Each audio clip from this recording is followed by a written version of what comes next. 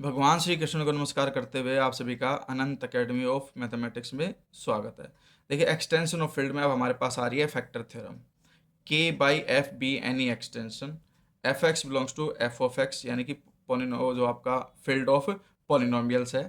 Then the element A belongs to K is a root of polynomial F X if X minus alpha divides F X, यानी कि ए एक ऐसा element होगा जो के से बिलोंग करेगा और वो रूट कहलाएगा पोलिनोमियल एफ एक्स का if X minus alpha divide करे एफ एक्स को। ठीक है, that is if there exist some ji x in K X such that F x is equal to X minus A into G X, यानी कि जब मैं x minus ए से उसको डिवाइड करूं तो एक क्वोशंट जी एक्स आ जाएगा और जी एक्स किससे बिलोंग करेगा?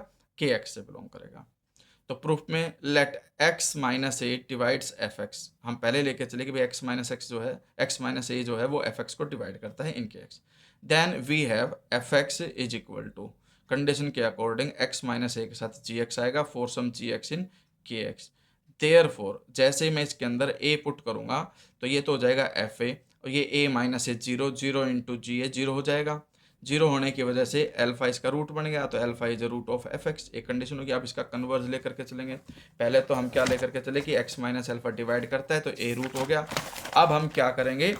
कन्वर्जली let A be a root of F X, कि भाई ए जो है वो रूट है एफ एक्स का, where A belongs to K. Consider the polynomial X minus A, अब एक्स माइनस एक पोलिनोमियल इन के एक्स हो गया। अब F X belongs to F of X, और एफ ऑफ एक्स जो है वो आपके पास के एक्स से बिलोंग कर गया, क्योंकि के बाई एफ आपकी फील्ड एक्सटेंशन थी, इस वजह से एफ एक्स इसका सबसेट बनेगा के का।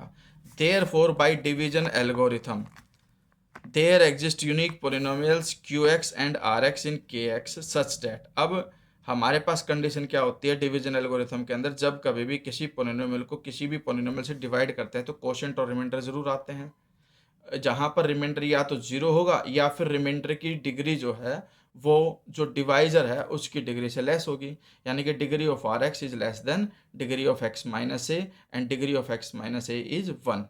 That is r x is equal to constant, या तो जीरो होगा या फिर वन से लेस होने का मतलब उसकी डिग्री जो है जीरो हो जाएगी। जीरो होने का मतलब किसी की भी डिग्री जीरो, कॉन्स्टेंट होता है वो।